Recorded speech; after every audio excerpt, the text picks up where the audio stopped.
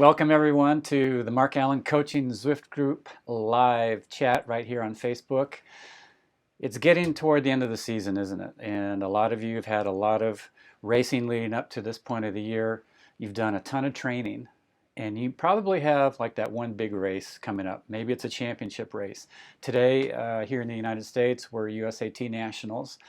A lot of people are at that we coach, that we work with here at Mark Allen Coaching. Nice, Ironman Nice 70.3 World Championship is coming up in September. Another championship race is going to be great. People from all over the world will be at that, focusing on that race.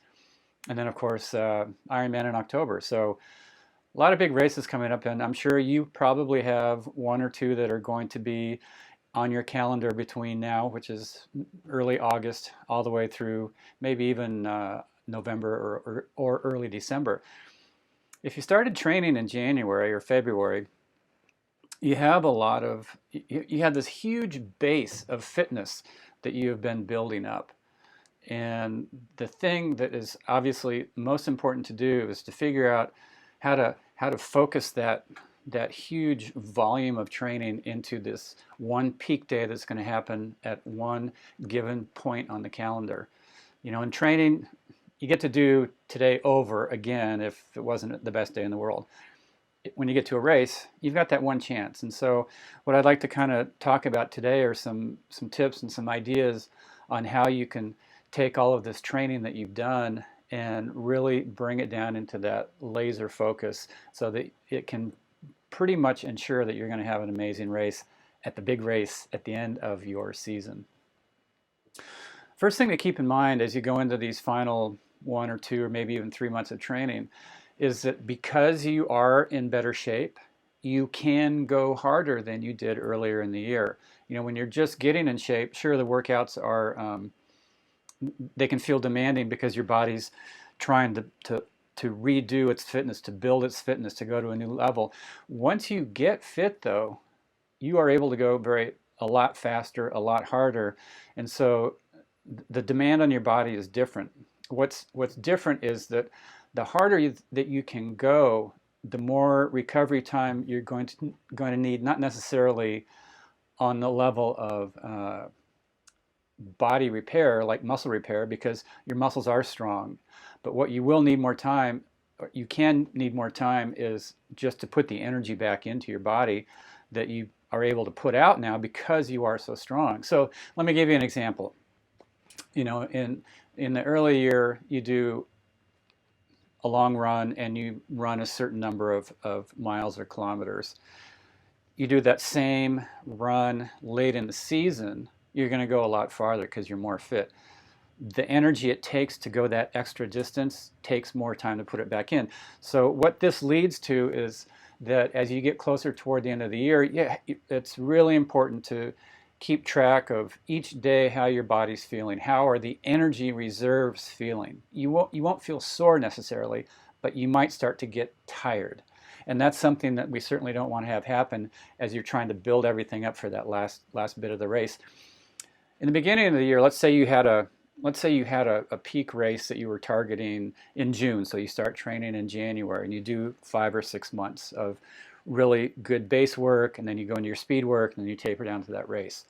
When you come out of that and then you start to go into the second half of your year, you don't have to rebuild all of the stuff that you did. So it takes less time to actually hit your second peak than it does the first time during the year.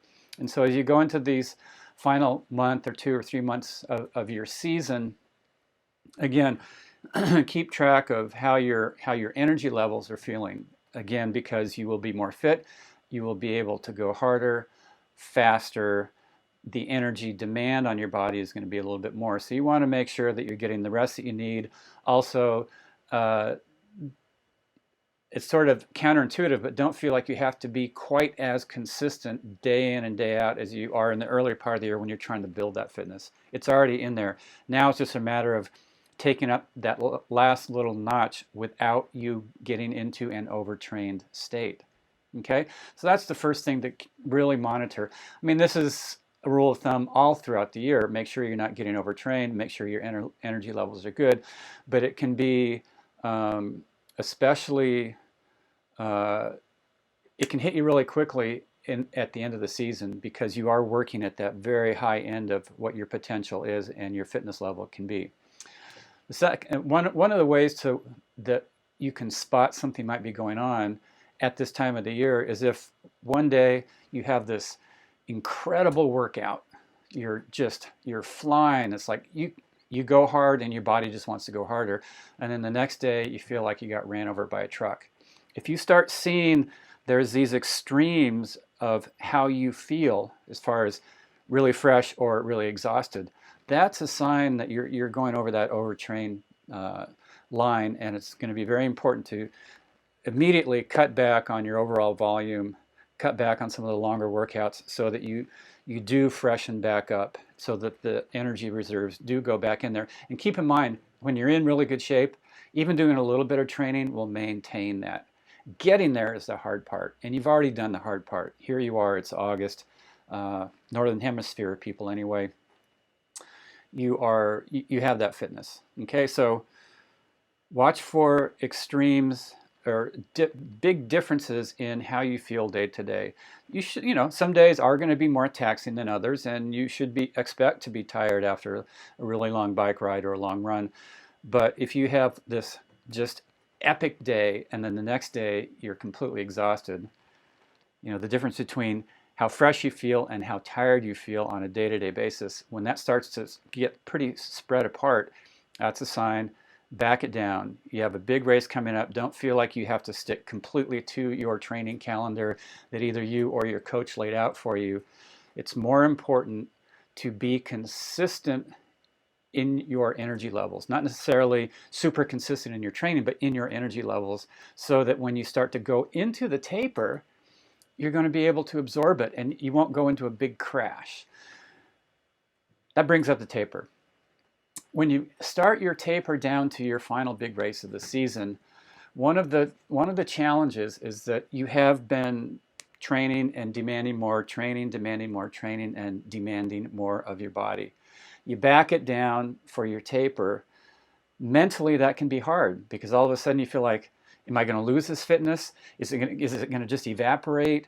When you really start to taper for that big race, you do start to get tired because your body goes into super recovery mode. Okay? Just know that about a week or a week and a half into a really good taper off of your biggest peak of training is when your body is sensing that, oh yeah, you are not demanding more and more and more. You're actually giving me time to super recover, super recharge. And it goes into almost this hibernation where you can feel sluggish for a week. You don't have that snap. Maybe mentally you're kind of like, I'm not really into it right now. This is normal. Go with it. Try to avoid that feeling like, oh, I think I'm getting out of shape. Let me give myself that one more really big test. No, stick to your plan. Again, whether you laid it out or your coach laid it out, when you go into your taper for those final 4 weeks, if anything, you might find that you have to cut back a little more than planned. But it is so rare that you will find that, oh, no, I need to add in a couple more hard workouts. No, if it's planned right, it's going to taper you down. You will go through that little dip in your energy levels as you really go into the super recovery period of the taper. And then you'll come back out of it after about 2.5 weeks. By 3 weeks and 4 weeks, you're going to feel just amazing. Okay? So first bit is know that when you get into the later part of your season, you are actually, because of the demand of a season, the fitness that you're in, that you can push yourself much harder, which can then get you into sort of an overtrained state, which of course we want to avoid. Secondly, you can spot this, again, if you're starting to see big differences between the days when you're just hitting these amazing, maybe even PRs, and then all of a sudden, a day or two later, you're completely fried. That's a sign. You got to back it off, back it down, freshen up before you get to that last race, last week before the race. You don't want to save it all up for that. Third thing, when you go into your taper, be willing to start cutting back and avoid that feeling like, I need to test myself. I need to test and see what I'm missing.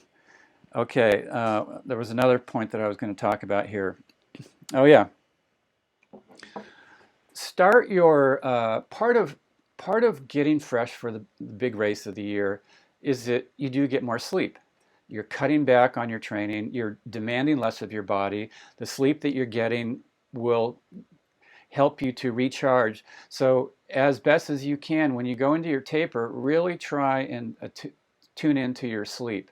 Make sure that you go to bed early, turn off all the devices, 30 minutes to an hour before you go to bed, so that just that light signal that can keep you awake longer than you should be isn't there, so that you actually can go to sleep at a decent hour, get as much good quality sleep as you can.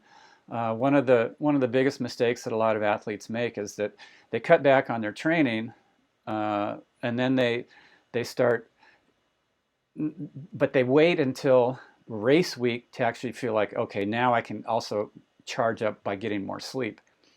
Have good sleep be part of your taper all the way through, whether it's a week taper, 2 weeks, 3 weeks, 4 weeks, all the way through that taper.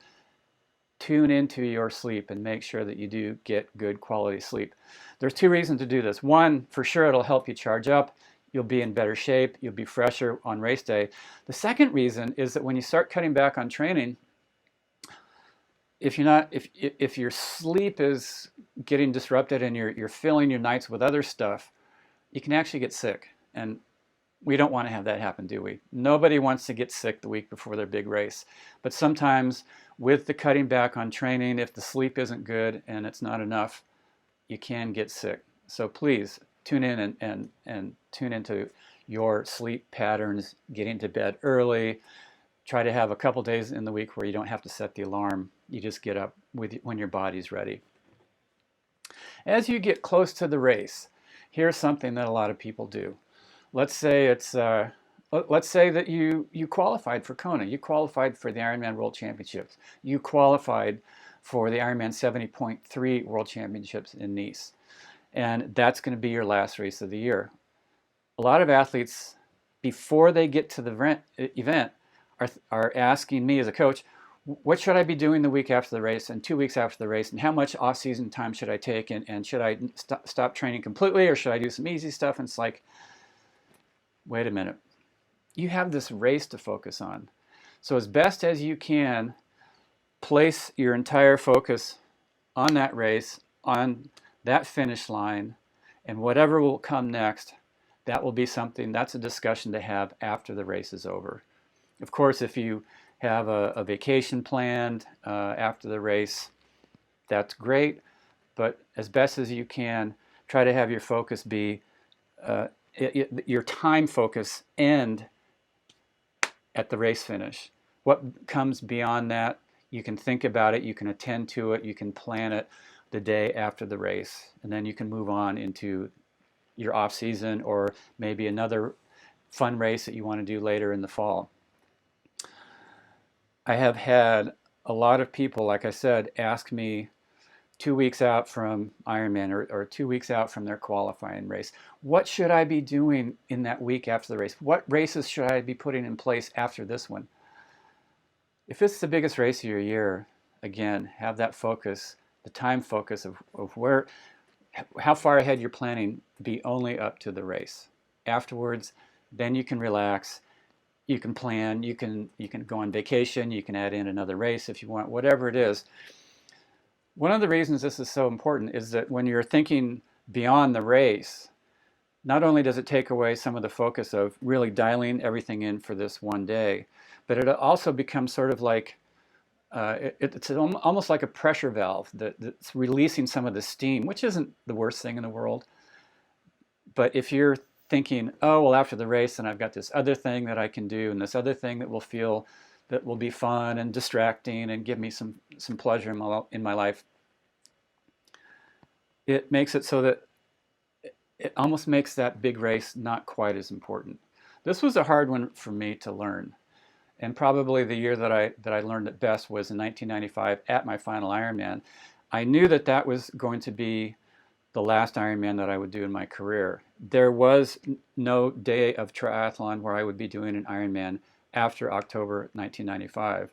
And I was initially being drawn into thinking, okay, after the race is over, then I need to develop some business stuff, and you know, all these plans that I knew it would need to be thought about, put in place once the race was done.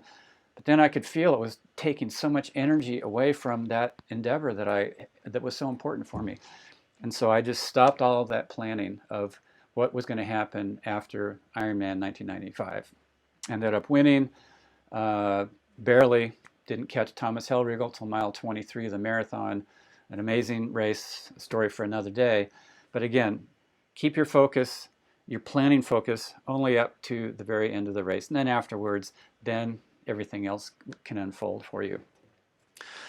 The final thing is, if this is your last race of the year, you have had a lot of workouts. Some of them were probably very unspectacular. Some of them might have been pretty lousy. But there was probably a few that you did that completely surprised you in how amazing you were able to perform. Maybe you went faster than you thought you could. Maybe you pulled yourself back up out of a bad patch during a workout. Maybe you didn't go any faster than normal, but you felt just locked in and smooth, and it was easier than normal to go your normal pace. Those special, precious moments, that's kind of how you want to have your last race be. To do that, if you have just a couple moments throughout the year where things really clicked for you, and a couple moments throughout the year where maybe things weren't clicking, but you turned it around in a workout, have those in your mind, have that in your memory. And then when you're out there in the race, you can recall those. If things feel pretty good in the race, recall also that workout that you did where you felt this smoothness and flow, and it will fill you up with that knowledge that yes, I can do this. If you find yourself in a bad patch, remember that workout that you had a bad patch in and somehow you turned it around. Trust that you can turn it around in the race. And then ultimately, to have that best race of the season, it requires just a certain amount of surrender. Have your plan, your ideal day, the splits you want to hit, the power you want to output, the pace you want to go in the water or running. But at the same time, also be willing to just surrender to how the day is unfolding. You know, our bodies aren't, they're not a computer that you can just program it and then it spits out what you just told it to do. Yes, have positive affirmations. Yes, have it in your mind that you're going to find a place of quiet so that you can just live this experience of this amazing race. And then ultimately be willing to just surrender to how it's unfolding. You're in the bad moments? Fine. These are fine. Somehow I'm going to get out of them. You have great moments. Hey, these are great also. Somebody pulls away from you that you didn't expect. Maybe you'll catch back up. The race isn't over until you cross the finish line. So however the day unfolds, surrendering to the dynamic of racing, of competition, which has many factors: weather, terrain, how your body is, how the other competitors are competing on that day, then you can just live it to its maximum. If we're trying to sort of fit the day into our pre-planned visualization of how the race is going to go, sometimes there's a complete disconnect, right? And so just surrendering to what's happening and dealing with it as smoothly and as calmly as you can is what will give you that great race. Going again back to 1995, my final Ironman, as many of you know, I came off the bike 13 and a half minutes behind Thomas Hellriegel. I started the marathon having to make up 30 seconds a mile every single mile of that marathon if I was going to catch him at the finish line. And this was certainly not any kind of a scenario that I had planned on. It seemed completely impossible to pull off that victory. So I just broke the marathon down into something that I could manage and committed to it. I said, I will try to make up one step or 1 second each and every time my foot hits that ground. Make up an inch, make up a second with every footstep. And that's what I did. That was my commitment on that marathon. How it was going to turn out, I had no idea. but I just surrendered to the fact that this is probably going to be the most difficult marathon I've ever run in my life. In the end, it became the most incredible marathon I ever ran because of how difficult it was, but also it was so empowering because each time I kind of wanted to quit, I was able to bring myself back into it. So let me just take you back to the very beginning. So to have your best race of the season, realize that you're already in good shape. If you have a month or 2 months of training left, really tune into your level of freshness or fatigue. Because as I said, the more fit you are, the harder you can go. You won't necessarily be sore, but it takes a lot of energy out of your body to go very hard. And so get sleep, tune in. Do I need to cut back on some of my training? Do I need to skip a workout so that I actually stay fresh throughout this final phase? If you start to see big differences between some incredible days and followed by days where you're completely exhausted, it's a pretty sure sign that you're hitting that overtrained edge. You've gone on the other side of that line that you want to stay on the safe side of. Back things off. Cut back a little bit on the volume, maybe a little bit on the consistency too, and know that that fitness is going to be there even with just a little bit of training. And then hopefully you will get fresher, you get back on it, and you can carry on as planned on your schedule. Don't be afraid to cut back for your taper. When you cut back, it's going to be completely the opposite feeling of what you were doing for months. You're building. All of a sudden, now you're cutting everything back. It's a foreign feeling at first, but plan it out and then try to stick with it. If anything, cut more out than you'd planned, but rarely will you ever need to add in something that's going to be just like a little test to affirm to you that you're in good shape. The race day will be that affirmation for you. Also during that taper, something that I didn't mention earlier, as best as you can, try not to fill the extra training time with a bunch of other stuff. You're cutting back on training so that you can get fresher. Try to avoid filling it with a million other things that you can come up with so that you're busy all day long. That's how you're going to end up being really fresh at the start line. Try to get sleep during that taper. Again, get to bed early. Have sleep be just as much a part of your tapering down to the race as your training. Try not to plan beyond the race. I mean, you can think about it, of course, we all do, and if you do have a vacation, you got to plan where it's going to be and all that. But try not to have this carry a lot of weight inside of your being and your focus. The focus is getting to that finish line the best that you possibly can. And then ultimately, remember some of those key golden moments in your training.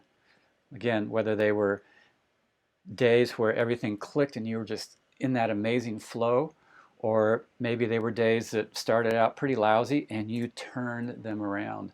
Both of those will help you out in the race because you can recall those memories of when you were in the flow and you're in the race now and it's moving. It's like double charging, supercharging you. If you're having a bad patch, remember that you can pull yourself out of it because you did it in that training day, on that long run or that long ride or that track workout. You turned it around. Do it in the race. And then ultimately surrender to how the day is unfolding. Manage each and everything that happens the best that you can. Try to stay steady. Try to stay calm. Keep your mind quiet. And that's how you're going to have the best race at the end of your season. So let's see if there's any questions on this.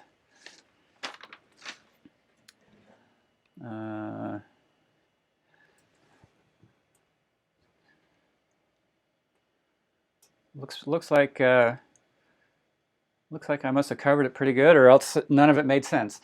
But in any case, I hope you have a great rest of today. Thanks for stopping by.